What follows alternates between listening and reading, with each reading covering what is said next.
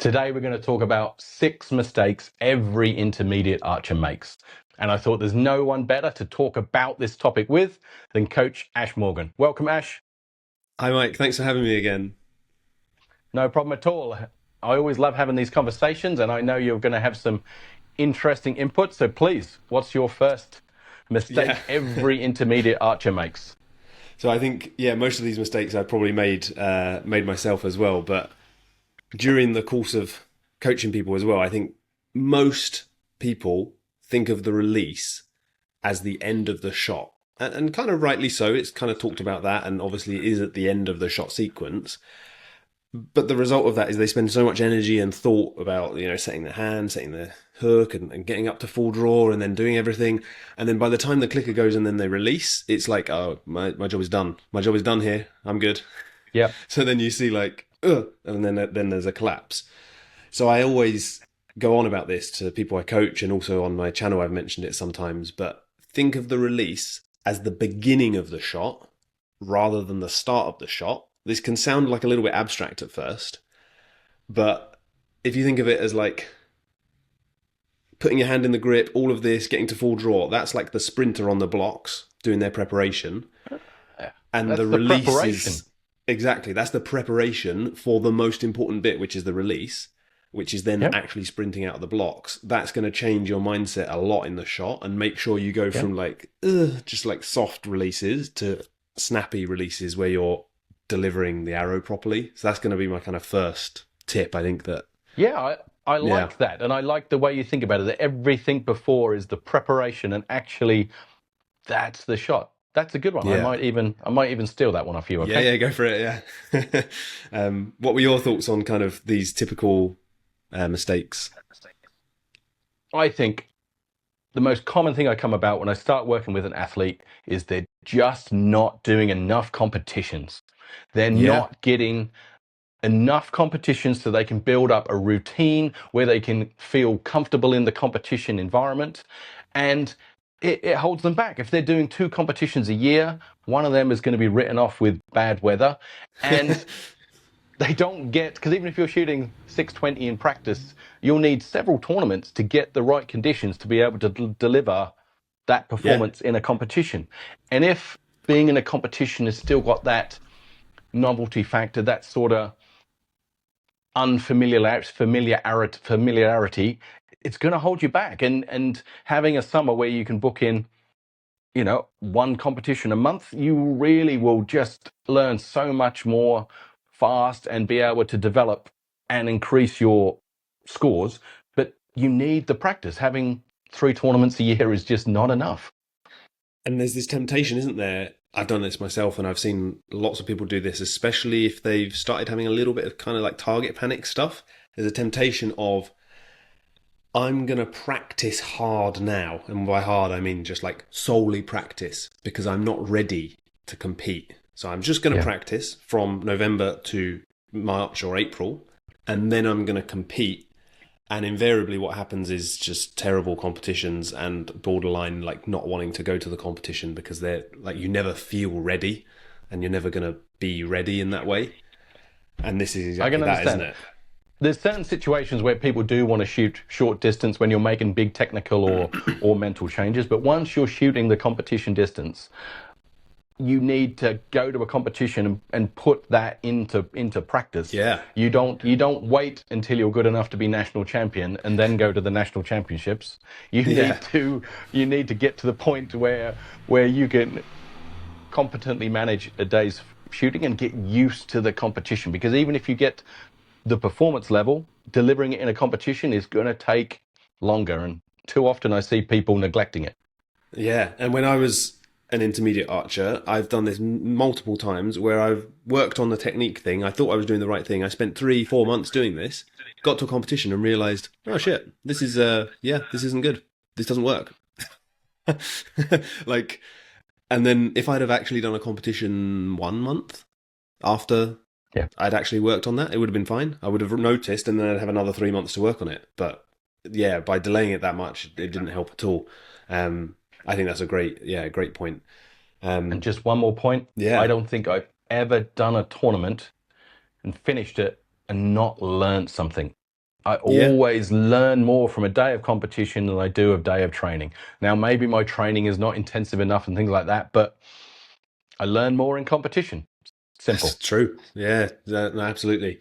Um, my kind of And next how one about I you was now? thinking, yeah, my next one I was thinking about was posture, which kind of comes under the broad umbrella. But if you just think about your spine all the way from your head, all the way, down to the floor, essentially, your posture there, so many intermediate archers, whether you're shooting like 550 or even like possibly going up to like 620, 630, and you want to shoot like a 650, there's so much movement in different parts of the shot. Maybe it's like leaning back as you're raising the bow, or maybe you raise fine and then when you draw, you lean back too much. There's so much posture variation that they can't feel what's happening in the rest of their shot. And I never understood this when I was doing the problem, when Hmm. I was moving around with the posture. I was like, what big deal is it? Like, it doesn't make that much difference. But people at home can test this themselves now, and maybe just drawing up with a band or a light bow. But if you keep yourself still and you draw up and you get into alignment and you move and you do it still, you can feel what you're doing with your shoulders. You can feel if one of your shoulders is coming up or not. You can feel if it's solid or not. If you then move your posture and your spine and your head, you don't actually realize that your shoulder's up by your ear or your shoulder has collapsed in or like all these other things. So that's the issue with it. Like, yeah, the posture is important, but like if you kind of allow your posture to sink, then you can't even feel what's happening in your shoulders, and shoulders are quite important for archery. Yeah, just a little bit. So that would be my kind of medium one. Yeah, the posture Yeah, would be the middle one. it sounds really, really good and really important, and that is something to focus on. For me, the next point I want to bring up is such a simple one. People may think it's crazy that I'm saying this, but I come across it all the time. Athletes telling me, "Coach, you won't believe it. I just keep shooting right. I spend all day in it. The Oh, arrows keep okay. going right, and they haven't moved their sight, or should I say, they've not moved it enough. The amount of times, Yeah. oh, I keep going low. I just keep hitting low. Move the site. We pay $200 for these sites. They move. Get yourself a nice Shibuya site. They move so sweetly. You want to move it, and I don't think they realize.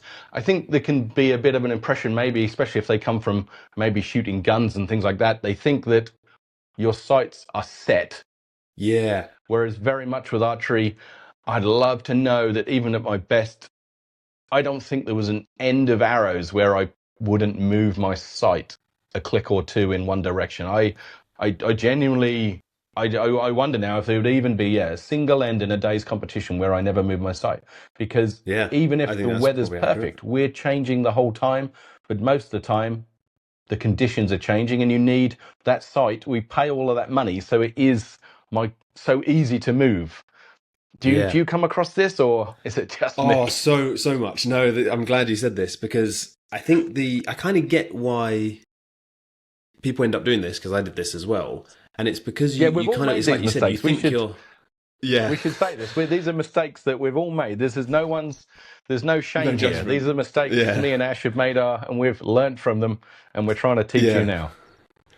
Because, like you said, you feel like your sight is set. So I think the inherent thing with that is like, say, for example, you shoot a competition, your sight's set, it's all good. Then you come to the range like on Tuesday the next week, and all your arrows are going low blue. When you first have this happen, you think, I must be doing something wrong. All my arrows are going low blue. Like, and then you check your bow a little bit, and maybe there's nothing wrong with your bow. But like, you think you must be doing something wrong. But actually, it could just be, there's a bit of a headwind. Your knocking point shifted a little bit as well, and you're a little bit tired today. Combination is you're shooting great groups in the blue, and actually you're still shooting like a 650 level or whatever your level is, and actually it's fine if you just move the sight, but like Yeah, that inherent friction is within everyone, because I've done that the same before as well. And I've even seen like top level, like Larry Godfrey doing this in a competition, to the point of like just shooting left, I can't remember if it was left or right, left 9.5s, like just all the time, bearing in mind the 9 ring is the same width as the 10 sorry, as the yeah. X ring. The 9 is X-ring, the same yes. width as the X. So he's just shooting like all of his arrows in the X, essentially, one side of the gold. this is like 695 level, but the Yep. friction, because you're like, oh, I must be doing something wrong, is really hard to notice. So yeah, I think this is a great point. I always try and get people to, when you go down to the target, imagine there's a line, both Mm-hmm. sides, up and down, left and Okay. right, and you want half your arrows on the left, half your arrows on the right. You want half your arrows high and half your arrows low. And it's like, if half of Yeah. them aren't low, just you need to move your sight. And That's a yeah, I really think good. this I've never is thought of it yeah, that way. That's a really good way of looking at it. For me, I think especially if you're in competition, it's different as well. Because in competition, we're just trying to maximize our score. Now, maybe if you're in training at the club and your arrows start going left, you can ask yourself questions. What am I yeah, doing? Whether it's the conditions. But in competition, all we need to do is maximize our score, and we can work on our shooting at the same time. We need to maximize the score. And I remember as a kid, I had an athlete, just a friend, and she would never move her sight. So for one competition, I asked her, "Can you just shoot? And would you let me move your sight?" She's like, "Yeah, yeah, yeah." And it was like 50-point PB on an indoor round oh because she would start in the middle and then she would just drop off and start shooting low left arrows. And she would do that for the rest of the day. But because I kept moving her sight, 50 points more. yeah, I felt really clever that day. yeah. My No, that's first good. coaching, that was my first That ever was coaching. yeah, and that's a great point because actually I had a similar thing where I'd end up through the day of a competition. I'd just get a little bit more tired and I'd just drift low right through the day. So by the start of the day, I'd be in the middle, and then by the end, maybe like if I hadn't moved my sight, low right 7-6 line or something. Hmm. But that is technically me doing something wrong. But like you say, in the competition, just click every couple of ends, just keep it centered, and that way you maximize your score and you can deal with it and work on it later. No one's going to take away points for you moving your sight.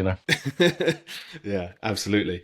No, I think that's really good. So my kind of next one that I was thinking about is possibly the most common kind of mistake when it comes to technique things, which is focusing on too many things, which is very, very easy to do. And especially if Yes. you're in a technique phase where you're trying to improve something and you're trying to pick the things that you want to improve for the next season are, but going to a training session and thinking like, I'm going to work on my bow hand, I'm going to work on my hook, I'm going to work on my anchor, and then I'm going to work on my release. It's like, yeah, that's it's going to be a hard session, and chances are you're going to be more tired at the end and more confused at the end than at the start. So I say this having done this most of my career. So learn from my mistakes. Pick one thing. Just pick one thing. Like if I could just work on this today and improve it, what would make today successful? Pick that, do it, and then do the next thing. I don't know I what your totally thoughts agree with are. you. Yeah. The only time I slightly change that is I sometimes, if I have something for them to focus on right at the beginning of the shot, like if Yeah. it's foot or hip position, then there's one thing for them to think about during the actual shot. And then if there's one thing after, then I can go to a maximum of three things. But I never want there to be two things sort of happening at the same time. Yeah. So I would never During. work on two actual execution things. But if I can find a point that they sort of do at the beginning, like feet, hips, legs, then that's okay because you're thinking about that at the beginning. Then you have something in the middle. So that's the only time I sort of increase it from one thing. But you're right. If you're trying to think about two things in the same moment, you'll get neither of them right. Yeah. Two wrongs making an extra wrong. Yeah. Absolutely. Right. I No, will go absolutely. with my last one for the day. And this is particularly a compound one. I think most intermediate archers do not realize that sort of 80% of your performance comes from this little thing. And I see people spending maybe 5% on their time thinking about their release. It's not working, but they're Ah, spending super amounts of time trying to get perfect alignment, trying to get perfect back tension, trying to tune their bow. And I'm just watching them thinking, none of all of that stuff is going to make 5 points difference. Learning how to shoot this little thing is going to give them an extra 50 points, but they're missing the main thing that's bringing their score down. And you could say it's often the same thing for recurves if they have a poor release as well. It's just a yeah. black hole of your points going in there. And I think if there's one thing I'm good at as a coach, one thing I can look in the mirror and say, yeah, I'm really good at that. I often think I'm good at realizing what is costing the athlete the most points. So Yeah, we that we put our priority. time and our effort into fixing that one thing. And I know other coaches hate it because they'll see that my athlete has another simple problem and they won't be able to walk past without mentioning that problem. Whereas I know that problem's costing them 5 points. This thing we're putting all our attention in is costing them 50 points, and I am leaving the other one because we don't need to think about that this week. It's really not important. But I see so many coaches who, if it's not right, they can't help but mention it. I don't know whether it's to make themselves feel good or whether they more genuinely, most coaches are trying to help and they think it's helping the athlete to tell them, Yeah. oh, did you know your feet are wrong as well? Whereas for me, I'm happy to leave something being incorrect if it means we're going to actually put our time and attention into fixing the one thing which is dragging their score down by 50 points. And I see that a lot is, yeah. And with compound arches, it's normally It's this, the how to shoot the release aid. And so much so I've decided I've got this release aid now. I'm going to do a video over the next couple of weeks where I go into a lot more depth of how to shoot a release aid properly, because for compounds, it's so it's going much to of make a your huge performance. Is it the difference. same? Yeah. You feel it's the same with recurves and the release too? Yeah, I feel like that. I feel like with recurve, it is. There's just a few more prerequisites with you need to have things in place to let you do that. So, like you probably had this when you were shooting, right? Like you want to do a great release, but sometimes you might need to work on your bow shoulder not Yeah, collapsing to get really that. good Whereas point. I guess with compound, you can like actually directly work on it a bit sooner, I think. If you shoot this correctly, we can cover up. We can cover Yeah. up for bad alignment. We can cover up. We can, because maybe 85% of your compound performance comes from this, and maybe 50% of your recurve performance comes from the release, and other things will stop you having a good release. Whereas with a compound, you can have some really crooked alignment, and if you shoot the release aid right, you can still get yourself to a sort of competent national level. So yeah, I guess there's just more. It's more extreme on the compound side of things. Yeah, but I think that's a really great point. I love the prioritization because that's something I wish I'd done more of when I was an athlete. And just you feel like, oh, I'm leaving something on the table. This isn't quite perfect, but like you said, it's like 5 points, 3 points. Focus on Yeah. the thing that's going to get you like all the points. And I see the coach and the athlete, they're both genuinely working hard, Mm. but they're working hard on getting an extra 5 points instead of an extra 50. And yeah, I think that's the one thing I'm good at is what is really costing us the points here. And really getting nailing that And if you down. can Yeah. correct that, then onwards and upwards. Yeah, absolutely. All right. Well, thank you very much today, Ash. I've really enjoyed it. No, thank And you for having until me. next time, see you soon.